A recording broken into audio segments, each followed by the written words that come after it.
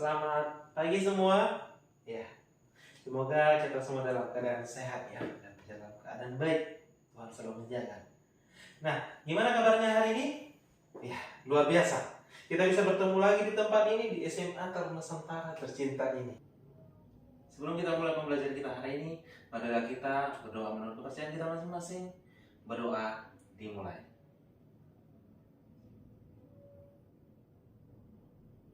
Doa selesai. Nah, hari ini kita akan masuk membahas mengenai sebuah sistem ekologi yang ada di Indonesia ini. Ya.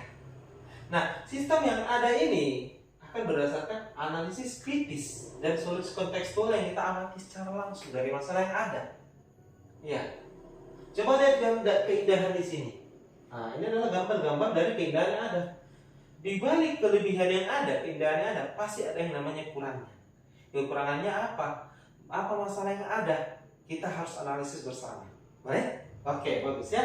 Nah, kita lanjut materinya.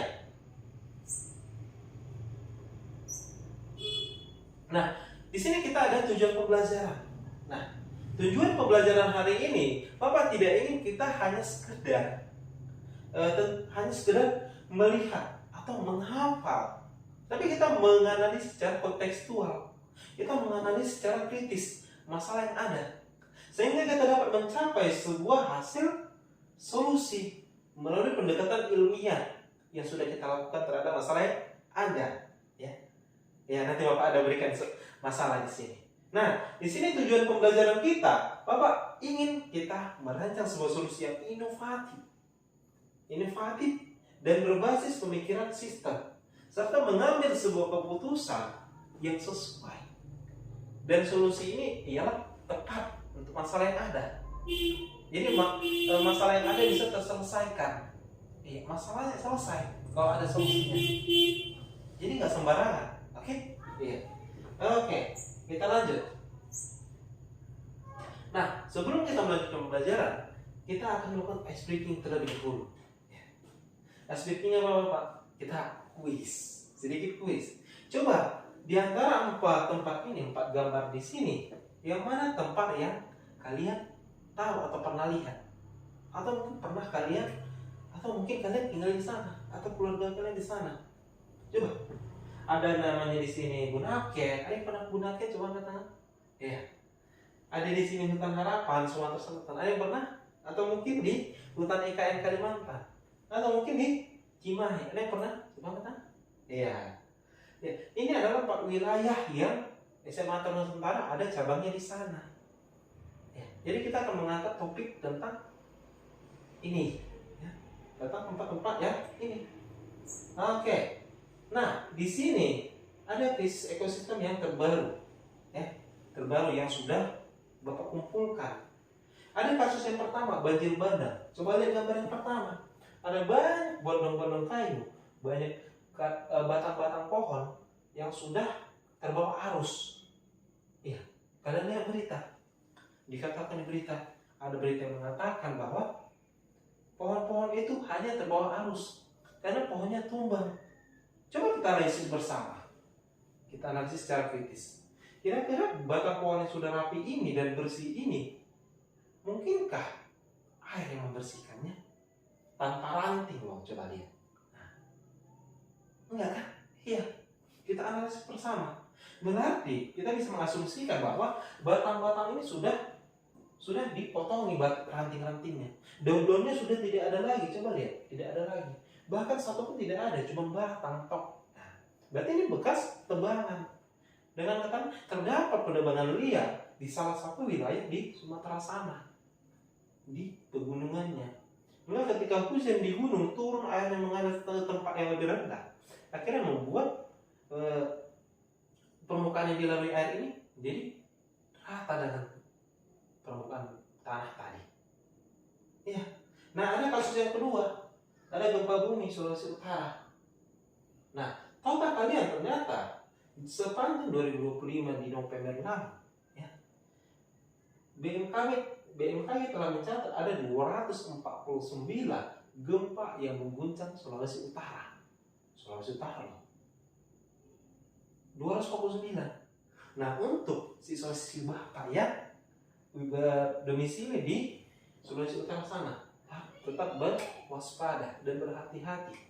Dan untuk siswa-siswi Bapak yang tidak berada di Sulawesi Utara ataupun keluarganya tidak ada di sana, kalian boleh bertanya kepada teman-teman kalian yang domisili di sana.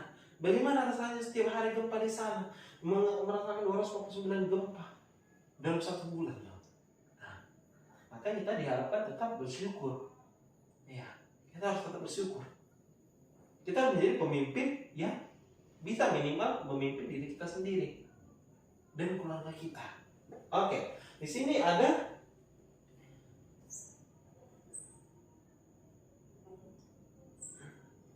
pretest. Ya, di sini kita ada pretest. Bapak berikan QR code. Silahkan di scan terlebih dahulu. Ini bukan digunakan untuk nilai kalian ya, tapi untuk sebagai pemetaan awal kalian. Kira-kira kalian sudah sejauh mana sih pemahaman kalian tentang materi yang kita akan bahas ini? Ya, kira-kira sudah sejauh mana? Inilah tujuan dari pretest ini. Oke, sudah? Bapak berikan waktu 5 menit. Oke, kita lanjut. Nah, di sini Bapak ada memberikan analisis tentang sistem yang ada dalam ekosistem tadi. Analisis tentang sistem yang ada dalam ekologi kita. Apa Pak ekologi Pak? Ya kan? Coba ada yang tahu apa itu ekologi? Ya, betul ya. Ekologi adalah ilmu yang mempelajari tentang makhluk hidup di dalam sebuah ekosistem, di dalam sebuah lingkungan hidup. Itulah ekologi, ilmu yang mempelajari itu. Dan sistem yang ada dalam ekologi itu disebut dengan ekosistem. Paham? Ya, bagus ya. Nah, di sini ada Bapak membaginya menjadi 3 lapisan. Lapisan yang pertama adalah komponen ekosistem. Nah, komponen ekosistem ada dibagi 2, biotik dan juga abiotik. Ya, abiotik dan juga biotik. Bedanya apa Bapak? Biotik adalah komponen makhluk hidup. Semua yang termasuk makhluk hidup, tumbuhan, pohon, rusa, semua yang hidup lah, semua yang hidup termasuk ke komponen biotik. Seperti namanya, komponen biotik yang hidup ya. Oke, bagus. Nah, yang kedua adalah komponen abiotik. Ini komponen yang tidak hidup. Semua yang tidak hidup. Contohnya apa Bapak? Air, tanah, cahaya, pH, dan juga ya semua yang tidak hidup lah. Batu, unsur-unsur hara yang dibutuhkan oleh tanaman, itu termasuk ke komponen abiotik. Iya. Contohnya di dalam sebuah ekosistem ada namanya ibaratnya ini yang pohon, gitu kan. Pohon ini bisa kita wakilkan dari tumbuh-tumbuhan. Semua tumbuhan kita wakilkan lah. Kan ibaratnya pohon ini bisa kita ganti tumbuhan, bisa juga tumbuhan diwakilkan oleh pohon. Terserah kita bagaimana kita memahami pelajarannya, agar kita tidak hanya memahami sebuah materi, tapi kita memahami konsep dari sistem itu sendiri. Oke. Nah, jadi tumbuhan tadi akan dimakan oleh si tumbuhan oleh rusa contohnya, atau konsumen tingkat 1 akan dimakan olehnya, hingga akhirnya dimakan oleh si, misalnya harimau ini kita gantilah sama kita pun juga boleh. Kita sebagai konsumen tingkat 2 contohnya, atau harimau juga boleh, kan harimau memakan rusa, ya tuh. Iya. Dan juga setelah harimau mati, dia akan diuraikan oleh si dekomposer, dimakan oleh si dekomposer. Dekomposer apa Bapak? Pengurai, ya, pengurai. Oke. Paham di sini? Ya, paham ya. Nah, tadi inilah siklusnya timbal balik. Setelah dekomposer menguraikan tadi mayat tadi, dia akan menjadi unsur-unsur hara, jajar hara yang dibutuhkan kembali oleh si pepohonan atau tumbuhan. Maka dibilang ini adalah siklus. Komponen ekosistem itu saling timbal balik. Iya. Bayangkan misalnya tumbuhan tadi berkurang lah spesiesnya. Jadi makanan si rusa tadi bagaimana? Berkurang kan? Iya betul, berkurang juga pasti. Akhirnya apa? Mungkin saja dia jadi kekurangan gizi, atau mungkin saja dia tidak sedikit juga spesies yang mati karena kekurangan nutrisi, atau ya harimau juga akan menjadi kurang makannya juga kalau misalnya si rusa mati. Itu. atau makhluk hidup yang memakan yang kurang tadi, maka yang memakan itu juga akan kekurangan juga. Ya bayangkan aja lah makanannya berkurang kan gitu. Sampai sini Pak? Ya maksudnya. Nah harimau tadi mati diuraikan oleh dekomposer. Ketika harimau tadi berkurang juga spesiesnya, maka si dekomposer akan berkurang juga spesiesnya. Kenapa Bapak? Bayangkan makanannya berkurang. Dia makan apa? Akhirnya mati. Itulah sebabnya Pak bilang kan, semua ekosistem di sini, semua komponen dalam ekosistem akan saling hubungan timbal balik, saling mempengaruhi. Nah, dan di sini di komponen biotik ada namanya aliran energi. Aliran energi adalah energi yang mengalir dari satu makhluk hidup yang bawah ke makhluk hidup yang paling atas sampai berputar terus. Contohnya bagaimana Bapak? Coba baca di sini. Aliran energi hanya 10% tersisa untuk dimakan oleh tingkatan rantai selanjutnya. Contoh. Kita berikan contoh misalnya tingkatan paling bawah ini tumbuhan ya. Tumbuhan. Bisa padi, bisa pepohonan atau apapun yang namanya tumbuhan. Oke. Masuk kita naik satu tingkat, konsumen tingkat 1. Kita naik ya. Konsumen tingkat 1 ini adalah konsumen yang atau pemakan tumbuhan tadi. Ya. Oke. Nah, ketika tumbuhan tadi dimakan oleh si konsumen tingkat 1, misalnya ini si rusa lah di situ contoh. Tumbuhan dimakan oleh si rusa. Energi yang dimakan dari si tumbuhan ini misalnya 10.000. Hanya 10% yang tinggal di si rusa. Maka 10%-nya berapa dari 10.000? Ya 1.000. Jadi akhirnya 1.000. Naik lagi ke tingkatan kedua, konsumen tingkat 2. Yang memakan rusa apa? Harimau contohnya. Harimau memakan rusa. Dari 1.000 10% tinggal. Ini berapa? 100 tadi energi yang tersisa pada si harimau. Kemudian ada di komposer pengurai. 100 energi tadi diuraikan oleh si pengurai. Tinggal 10% lagi. Iya. 10% tadi ini berapa? Tinggal 10 lagi. 10 lagi akan diuraikan menjadi apa? Akan diurai menjadi zat-zat hara yang dibutuhkan oleh tumbuhan pertama tadi. Paham? Ya paham ya. Oke, kita lanjut ke lapisan yang kedua yaitu fungsi. Semua komponen tadi punya fungsinya masing-masing, perannya masing-masing. Ya. Nah, dan di situ saling timbal balik. Contohnya, di sini ada regulasi iklim mikro. Contohnya di lingkungan kita ini SMA Nusantara. Gitu. Ketika kita menggunakan rumah atau gedung-gedung kita menggunakan kaca, maka ada yang namanya efek rumah kaca. Pernah dengar? Ya, pernah ya. Nah, efek rumah kaca ini dia menampung matahari dari sinar matahari. Panas itu akan masuk ke dalam gedung kita dan terperangkap di dalam. Walaupun tidak semua terperangkap, ada sebagian yang keluar, tapi tidak semua bisa keluar karena panas itu juga terperangkap. Nah, ketika ada terperangkap, maka suhu di dalam gedung ini akan semakin tinggi, semakin panas kita rasakan. Akhirnya apa? Terjadilah perubahan iklim. Kita pasanglah jadinya AC atau kita pasang kipas. Ketika kita menggunakan listrik untuk mendinginkan ruangan tadi, maka ada nama radiasi. Terjadilah juga namanya perubahan iklim. Gitu. Ada semua hubungan timbal baliknya. Ya, paham ya? Iya. Oke, ada lagi di sini siklus hidrologi. Ada penyedia habitat. Contoh penyedia habitat ini kita misalnya sebelum dibangun SMA Nusantara ini, ada alam yang menyediakan tempat tinggal bagi kita sebenarnya. Walaupun kita yang menebangi ya alam kita ini untuk dijadikan tempat tinggal, tapi syukurnya masih ada. Ya itulah tanggung jawab kita untuk menanam kembali di lahan yang kosong. Oke paham. Kita sebagai siswa-siswa SMA Nusantara harus berintegritas ya, harus punya karakter yang baik. Oke, bagus. Oke, nah yang keempat adalah pengendali erosi. Erosi dan abrasi itu tidak sama ya. Ya, itu nanti dipelajari dulu. Oke? Nah, di sini ada lapisan yang ketiga. Lapisan ketiga itu apa, Bapak? Di sini ada manfaat.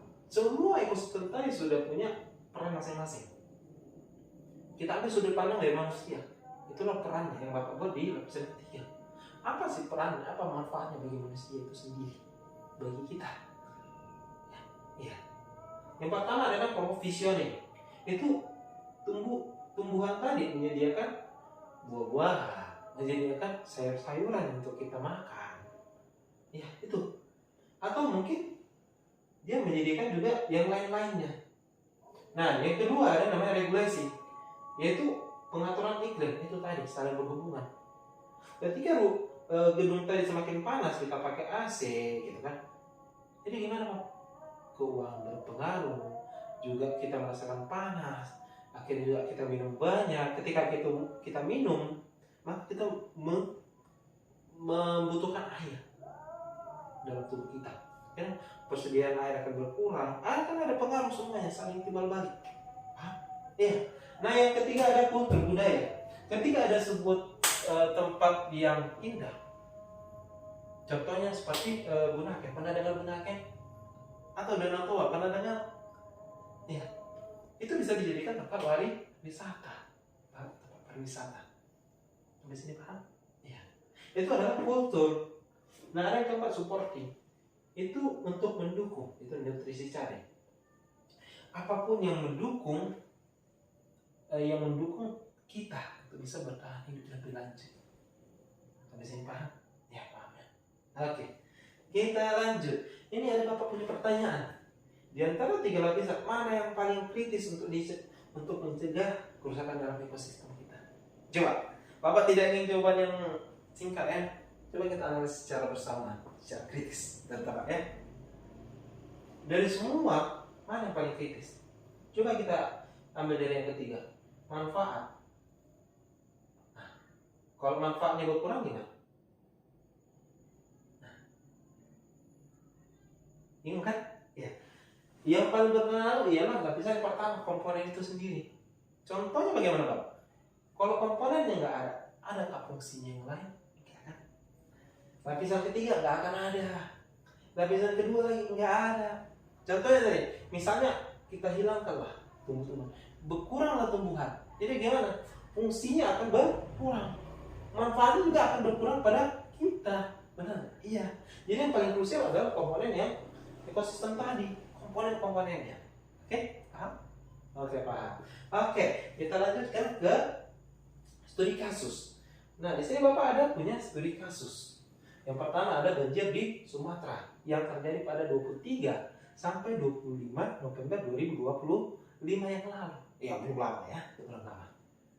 Nah, penyebabnya itu ialah bencana yang dipicu oleh hujan ekstrim berkepanjangan akibat siklon. Singkatnya gimana Pak? Karena hujanlah terus. Hujanlah terus di tempat-tempat yang tinggi. Coba kita bayangkan. Ya, bayangkan. Hujanlah di pegunungan. Kenapa Bapak bilang di pegunungan Bapak? Ya, air kan mengalir dari atas ke bawah. Benar? Iya. Jadi air dari pegunungan mengalir, ada aliran yang deras. Banyaklah hujan di atas, ya kan? Banyak di pegunungan tadi. Akhirnya apa? Pepohonan kan berkurang. Bayangkan pepohonan itu berkurang. Kan cuma pepohonan yang menahan aliran tadi, arus air tadi ketika mau turun ke bawah, yang menyerap. Kalaupun nggak diserap, dia paling tidak ada yang menahan gitu. Ya. Ketika dia sudah nggak ada yang menahan, contoh dari kita tengok di sini ada gambar, ada pohon-pohon yang sudah ditebangi, ini ditebang ya. Kalau misalnya dia memang tumbang sendiri karena memang banjir, maka di sini harusnya masih ada daun-daunnya atau ranting-ranting. Ini coba lihat di gambar sini, udah hilang ranting-rantingnya, hanya batangnya saja kering, tidak ada warna hijau bahkan. Ya. Gitu. Tidak ada ranting-ranting, daunnya tidak ada. Coba lihat, nah, tidak ada. Oke, Bapak bilang itu mungkin ada terjadi penebangan liar di wilayah yang tidak diamati secara langsung, tidak diawasi secara ketat di Sumatera tadi, di wilayah pegunungan mungkin ya.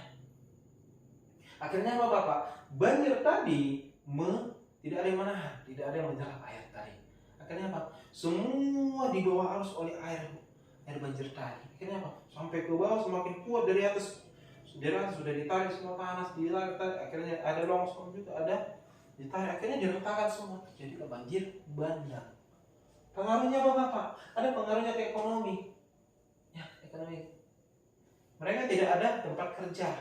Pakaian mereka rusak atau basah. Kan rumah mereka sudah tertimbun tanah, gitu kan? Jadi akhirnya gimana Bapak? Ekonomi terganggu, sosial mereka terganggu. Akhirnya di sana transportasi juga akan terganggu karena jalanan tertutup. Paham? Iya, semua terpengaruh. Maka dibilang Bapak tadi, semua saling punya peran masing-masing. Oke? Iya, bagus. Oke, kita lanjut ke studi kasus yang kedua. Ya, yang kedua ya. Nah, studi kasus yang kedua, gempa bumi di Sulawesi Utara.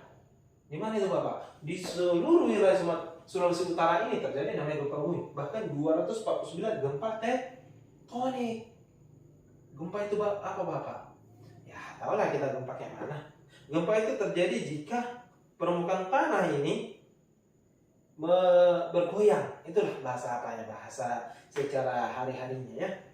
Nah, tapi kenapa itu bisa terjadi Pak? Banyak penyebabnya. Bisa aja karena misalnya bumi ini kan bulat ya kan? Bumi bulat. Ada energi panas dari dalam. Akhirnya ketika mau keluar, ibarat kayak tutup panci, kita merebus air, ketika kita tutup pasti ada jalur-jalur keluarnya. Itu salah satu penyebabnya. Ada juga jalur yang kedua. Mungkin saja ada aktivitas yang dilakukan di permukaan tanah. Misalnya kita ada manusia yang melakukan pengeboran tanah. Akhirnya ada getaran sampai ke bawah. Contohnya apa Bapak? Hambang. Ya, maka bisa terjadi gempa. Maka untuk kita-kita yang mau terjadi gempa harus berhati-hati juga. Benar? Iya. Semua saling timbal balik. Oke. Jadi untuk siswa-siswi Bapak yang keluarganya atau semua orang yang ada di Sulawesi Utara boleh berhati-hati ya. Pada keluarganya juga yang di Sulawesi Utara boleh berhati-hati. Kalian boleh bertanya, kalian boleh belajar bagaimana mengantisipasi apa yang terjadi. Oke? Oke, kita lanjut ke materi yang selanjutnya. Oke, di sini Bapak ada memberikan simulasi. Ayo kita melakukan simulasi. Bayangkan kalian adalah seorang pemerintah. Bayangkan kalian adalah seorang yang berpengaruh. Ya, siapa sih nggak mau jadi pemimpin ya kan? Siswa-siswi SMA Taruna Nusantara, Bapak harapkan bisa menjadi seorang pemimpin yang bijaksana. Oke? Kalian menjadi pemimpin di wilayah bencana yang 2025 tadi. Ya, bayangkan kalian sebagai pemimpin. Oke. Ini silahkan scan, di situ ada panduannya. Bapak berikan waktu diskusi 5 menit. Setiap orang punya pembagian tugas masing-masing. Bapak ingin lihat kemampuan kalian dalam berpikir, dalam menganalisis, dalam dalam berkreasi, memberikan solusi itu bagaimana? Dalam memimpin juga. Oke. Nanti Bapak akan berikan waktu presentasi, setiap kelompok ada sekitar 5 menit. Jadi Bapak berikan waktu 25 menit untuk simulasi. Oke. Udah? Oke, kita lanjut. Solusi inovatif. Nah, ketika ada sebuah permasalahan, contohnya Sumatera tadi ada banjir, ada Bapak berikan sebuah solusi. Solusi yang Bapak berikan itu apa Bapak? Coba kalian lihat di sini. Bapak memberikan syarat sumur resapan. Sumur resapan itu apa Bapak? Bagaimana caranya supaya kita membuat air yang tergenang di sekitar kita mempunyai daerah yang lebih cepat menyerap? Nah, pasti lebih cepat menyerap ya sumur resapan ini. Kenapa Bapak? Coba bayangkan kita buat sumur, itu kan sekitarnya itu ada di pinggir-pinggirnya tanah tempat menyerap, tempat meresap air tadi ya. Di bawah juga ada. Jadi yang lebih cepat menyerap apa? Ya di sumur resapan tadi. Ketika airnya masuk, airnya terserap kanan kiri. Bukan seperti airnya tergenang di samping rumah tadi.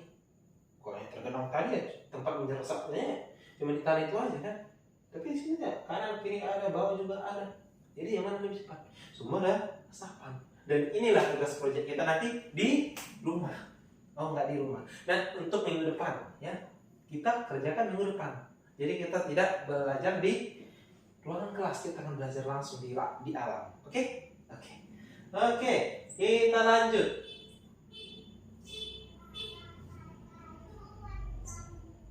Oke, di sini ada solusi inovatif untuk gempa di Sulawesi Utara tadi. Berjudul Early Warning System Gempa dan Banjir. Kita akan menggunakan sistem IoT, sensor IoT dan AI prediction. Jadi Bapak harap kalian siswa-siswi SMA Taruna Nusantara ini bisa memberikan solusi yang tepat. Contohnya gempa tadi. Ya, apa yang kita buat? Apa kita hanya berdiri? Jangan. Kita sebagai pemimpin harus memberikan contoh. Oke. Kita buatlah alat pendeteksi gempa. Walaupun BMKG sudah ada, Tapi BMKG tidak semua wilayah disusun. Kalau boleh, di SMA kita ini, dari siswa-siswa Bapak ini bisa membuat sistemnya juga. Di mana Bapak? Boleh kita buat di SMA Taruna Nusantara kita ini, atau di wilayah manapun yang rawan gempa. Oke, kita lanjut ke materi yang selanjutnya. Di sini Bapak ada memberikan challenge untuk kalian merancang solusi untuk masalah lokal yang ada di scan barcode ini, QR code ya. Silakan di scan. Ini adalah tugas di rumah, dikerjakan secara kelompok, dikumpulkan maksimal jam 00 waktu setempat di hari yang sama pada pertemuan selanjutnya. Contohnya bagaimana? Minggu depan kita masuk di jam 00 hari itu sudah dikumpulkan. Oke. Panduan sudah lengkap di sini, silakan dibaca. Kita lanjut ke materi selanjutnya. Nah, di sini Bapak berharap solusi yang kalian berikan ialah solusi yang tepat. Berdasarkan ini adalah indikator kinerja utamanya. Kalau misalnya indikator itu ibaratnya apa sih yang harus dicapai biar solusi itu dikatakan tepat dan bagus. Nah, indikator lingkungan, contohnya tadi komponen biotik dan abiotik. Kita akan mengukur pemulihan dan perlindungan ekosistem tadi. Bagaimana perubahan pada alam, bagaimana luas lahan yang kritis tadi yang diperbaiki, apakah kualitas airnya membaik atau frekuensi kejadian banjir apakah menurun setiap bulannya. Ya, kita harus menganalisisnya dong. Sesudah kita memberikan solusi, kita lakukan pengamatan tindak lanjut dan lanjutannya, kita lakukan observasi lebih lanjut. Kita lihat kira-kira solusi yang kita berikan tepat tidak. Ya. Itu adalah indikator yang pertama, kita amati langsung di lingkungannya. Nah, yang kedua ada indikator sosialnya. Ini akan mengukur bagaimana dampak terhadap masyarakat dan ketahanan sosialnya. Kira-kira terjadi banjir bandang di Sumatera itu, ekonomi kan terganggu. Jika kita berikan solusi tadi, kira-kira ekonominya bagaimana? Apakah semakin membaik atau semakin memburuk? Kalau semakin memburuk berarti solusi yang kita berikan tidak tepat, masih perlu diperbaiki. Bagus. Yang ketiga ada indikator ekonomi.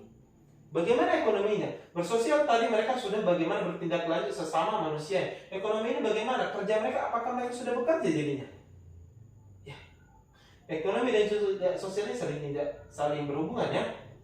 Contoh ekonomi mereka tidak baik, pekerjaan tidak ada, mungkin saja di sana terjadi yang namanya perampokan.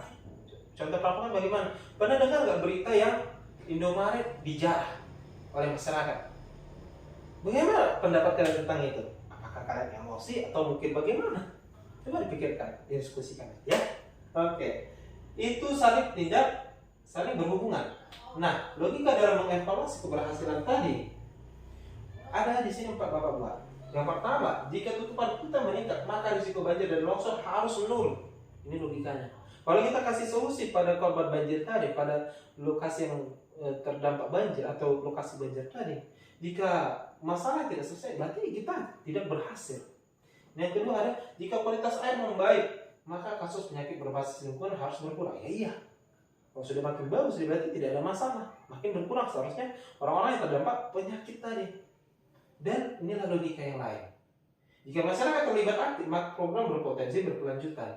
Jika kalian memberikan solusi yang tepat bagi masyarakat dan diajak masyarakat terlibat dalam penyelesaian tadi, dalam memberikan solusi tadi, mungkin solusi itu akan menjadi keberlanjutan. Mungkin akan menjadi usaha mereka, atau mungkin jadi semakin terpelajar mereka dengan adanya kalian.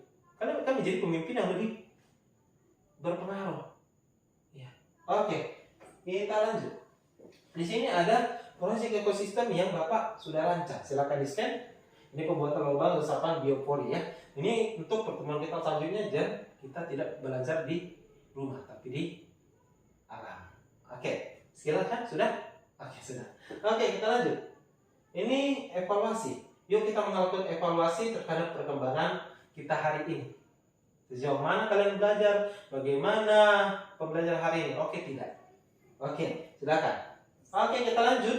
Silakan scan QR code ini untuk melakukan penilaian diri sendiri. Menurut kalian diri kalian hari ini tidak belajarnya? Sudah sejauh mana yang kalian tahu tentang Nusantara kita ini? Apakah kalian sudah layak menjadi seorang pemimpin yang tepat? Kita Oke, sekian pembelajaran kita hari ini. Silakan dikerjakan tugasnya masing-masing. Bapak harap pembelajaran hari ini akan menjadi sesuatu yang bisa membantu kalian di masa depan menjadi orang-orang pemimpin hebat di masa depan. Sebelum pembelajaran ini kita tutup, marilah kita berdoa menurut kepercayaan dan juga keyakinan masing-masing. Berdoa dimulai. Berdoa selesai. Sekian Bapak jelaskan hari ini. Sekian dari diskusi kita hari ini. Terima kasih atas waktu kalian semua. Bapak ucapkan terima kasih. Shalom. Dan juga selamat pagi.